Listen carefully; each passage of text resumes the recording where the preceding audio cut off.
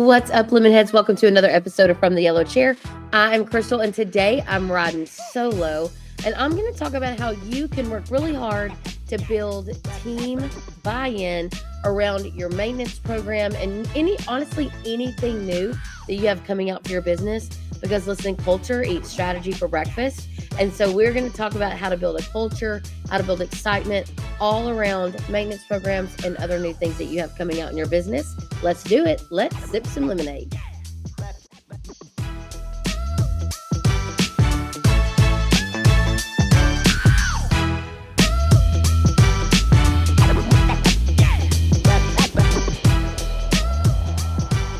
All right. So I thought today we would talk a lot about team buy-in. And I'm going to tell you, we all know that's one of the hardest things to do is build a team that is accepting of new ideas, new concepts, and being pushed outside of their comfort zone. Many of us just have good people on our team that are good plumbers, good pest control technicians, good HVAC people, good installers. They are not built to sell, if you will, and promote. And so, what we have to do is really build a lot of value with our own team on how they can internally feel good about what you're launching. And so, we need buy in and we need excitement and we need motivation around our programs. So, specifically for the month of May, we are focusing all on maintenance programs. So, what a better time for us to talk about specifically building that with maintenance clubs? So, we all know that maintenance clubs are designed to create predictable and reoccurring revenue for us. Also, they are there so that you now are kind of locked in with that homeowner, right? They understand that you are their whatever. So, their pool guy, their HVAC guy, their plumbing guy, their plumber, right? Their pest control guy. And so, it's about community. Maintenance clubs is a fancy way of saying you want to build community around your brand. And right now, guys, there are so many cool things that you could be doing to reinvent your maintenance program using cool technology to have eyes on their equipment without having to roll a truck every time. There is private label programs. There's all kinds of cool things that you could be doing right now to really make the most of your maintenance programs. But again, it's designed for predictable and reoccurring revenue. And so, how we do this, how we implement this with our team, really can increase customer retention and lifetime value because we want them to, like I said, stay with us because we are who they trust.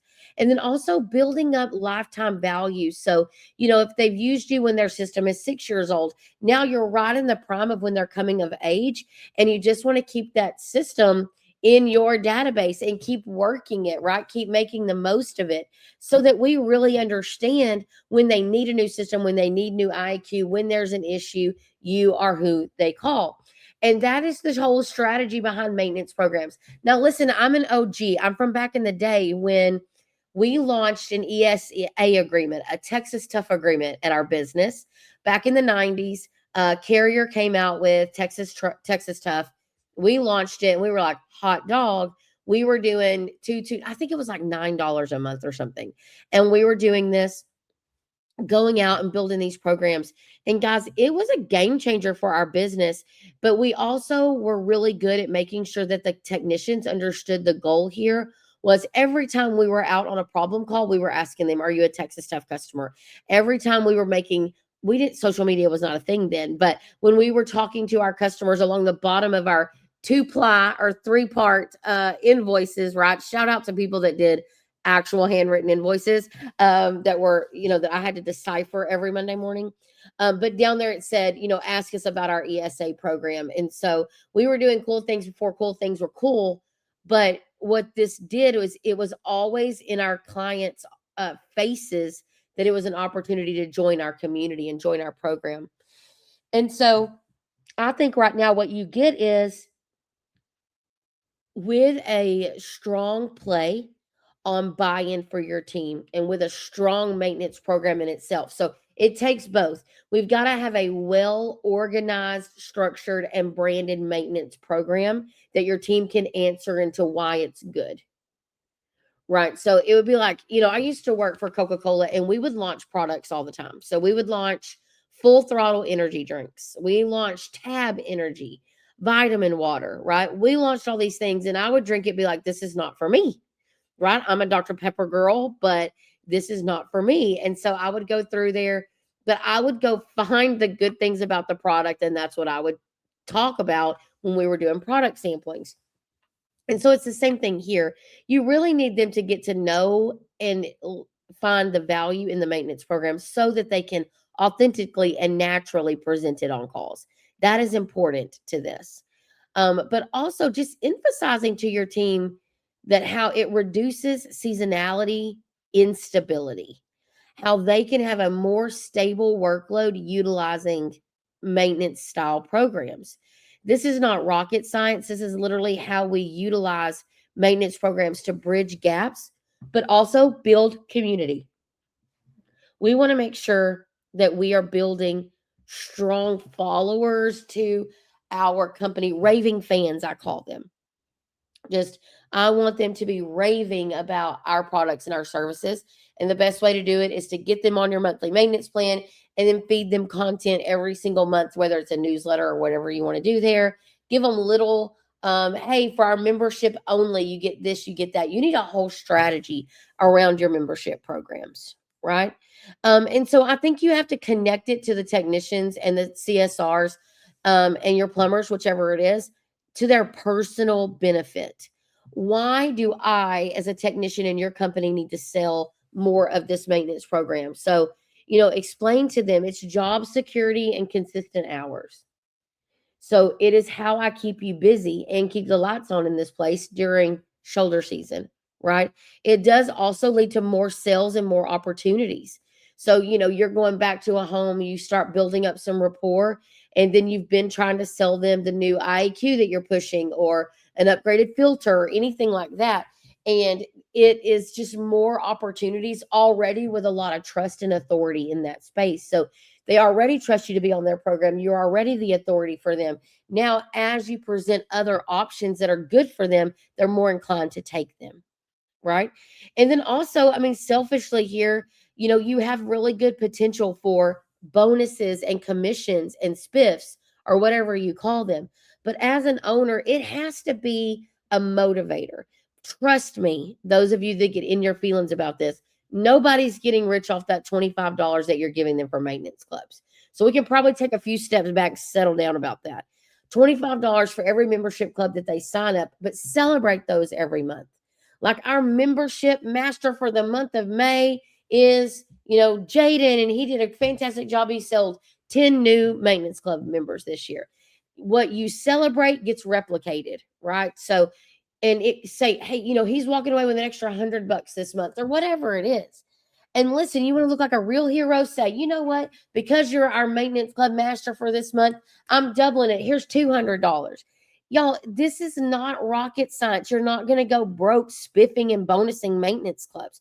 What it does is you've got to build company culture. And if you do not have the right people on your team where everybody is negative Nancy, negative Ned, and they are cancerous to the ones that are trying to be positive. If you have zero engagement, I hate to break it to you, but you don't run the company, they do. You're not running the company if they can tell you what they are and are not going to do, and you allow it. And you allow it. So if you need a better approach to selling maintenance clubs, what is your leave behind? Are your CSRs teeing it up? Is it on your website? Do you talk about it on social media? Is it on your invoices? Where are all the places that we have? It's clear as day, your maintenance program and the value. So the next thing I would say is use simple numbers with them to show them projections, right? So like, hey, here's your average ticket. Here's your retention rate. Here's our revenue per member. This is how we stay busy. Show examples even sometimes of other companies using subscription programs. Say, raise your hand. How many of you have a Hulu subscription, a Netflix subscription, a Disney Plus subscription? How many of you have a subscription where people come by and wash your car every month? And what you're trying to prove here is the point that basically subscription life is the way people are going, but they're also cognizant of not having too many subscriptions. So you have to build up the value of how we are here as their go-to for anything. Now, those of you that have multi-service, friends, you are missing the boat of being their home manager, their home comfort manager. We have so many options there. And then forecast how many members and celebrate. We want to add another 1,000 members this year. So that's us doing a conversion rate of 25%. We're converting. That's easily accomplishable, but celebrating it. If you're expecting it, you need to talk about it, even when it gets rough. We sold no memberships this month, right? We've got to have some goals. And then I want you to clearly explain some things to them, like explain to them the program itself. Not just like, here's a flyer. Explain to them why you built the maintenance program that you did. Explain why it's priced. Explain how they could present the benefits to the customer. Give them simple language, give them branded language, but more than anything, empower them with the skills. Y'all hate this, but role playing is the best way to do it. And listen, owners, if you're not the first one jumping in here to role play, that's on you. Everybody else can role play, but not me. Absolutely not. But it should look something like this. Hey, Jaden, let's talk about how you can present maintenance clubs in the home. So when you get in the home and you've checked out the system, hi, Miss Williams, I was able to check out the system. A couple of things that I found. These are your options. Also, I noticed you're not a member of our maintenance program. Is there a reason for that? Have we not shown it to you? Well, yeah, I just never thought about who needs maintenance. Well, some of this probably could have been prevented if we were doing ongoing maintenance for you, or if we were to put in our sensor equipment onto your system. Our team at the office actually monitors that, and we could have seen that you were leaking refrigerant. We could have seen that your system was running for long periods of time. We could have seen these things and been able to help you. And so we have packages as low as $9 a month for that, security, that peace of mind. We call it our watchdog program. Does that work for you? I can get you signed up today. It's reoccurring, comes out every month. But actually it's basically a lifeline to us at any moment, and we're monitoring the output of your system. And so what happens is you're modeling for them literally all the time. You're modeling how to present it, how to overcome objections. But if you're not willing to model and get out of your comfort zone, they sure won't be, right? And last but not least, I think you have a little pep rally, right? I'm from East Texas. Friday night football is our jam. And so one of the things that we do a lot of is some pep rallies, get everybody pepped up and excited. So what do you do to get your team excited? I don't know about you, but do you have a couple of $100 to give everybody a new shirt with the name of your maintenance program on it, or a new hat? Or can we take them all out to breakfast, or can we feed them breakfast, or can we bring the dirty soda truck over there? Can we bring the Red Wing truck over there? What can we do to just bring a little life and energy back to our team? And if you don't have time to think about these things all the time, and you get stressed out and worried that you're just missing the boat somewhere, odds are this is where you're missing it. Culture is your issue. It is not your maintenance program. It's that you, as the owner, won't do what you need to do to make sure they understand that this is not up for negotiation. You are going to give them every tool they need to be successful at promoting your maintenance program. You are going to invest in branding and structure. You are going to invest in coaching and role playing, but you are doing the heavy lifting for them. You're just asking them to come along. You've built the train. You're just asking them to get on it. So this was just a little reminder that you can motivate your team. You just have to literally put some parameters around it. Sounds weird, but it is what it is. Put some respect on your maintenance program. Encourage your team to love what they do. Remind them how good it is. Side note, give them all a free maintenance program on their own home if they own it. If they own their home, give them a free maintenance program as long as they work for you.